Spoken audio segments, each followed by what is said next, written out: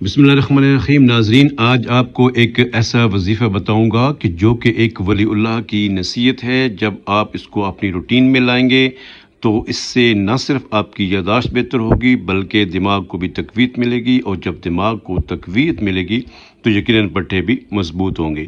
تو انتہائی زبردست وظیفہ میں آپ کے سامنے لاؤں، لیکن جن میں ناظرین ابھی تک چینل کو سبسکرائب نہیں کیا، چینل کو سبسکرائب کر دیں اور بیل آئیکن کا بٹن لازمی پریس کریں تاکہ میری ہر اپلوڈ ویڈیو مختلف موضوعات پر آپ تک پہنچ سکے۔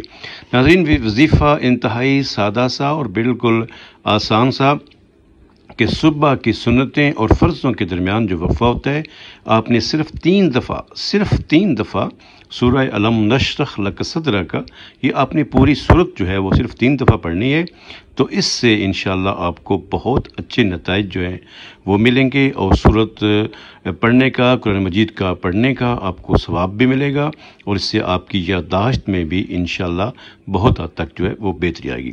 بہت بڑے ولی اللہ مولانا امیر محمد اکرم اوان رحمۃ اللہ علیہ کا یہ وظیفہ ہے، ان کی بتائی ہوئی یہ ہدایات ہیں، اور جو کہ وقت کے بہت بڑے ولی اللہ تھے، قرآن مجید کے مفسر تھے، قرآن مجید کے مترجم ہیں، اور بہت زبردست ان کی زندگی گزری، اور انتہائی زبردست شعبہ تصوف میں انہوں نے ایک بہت بڑا نام جو ہے وہ کمایا۔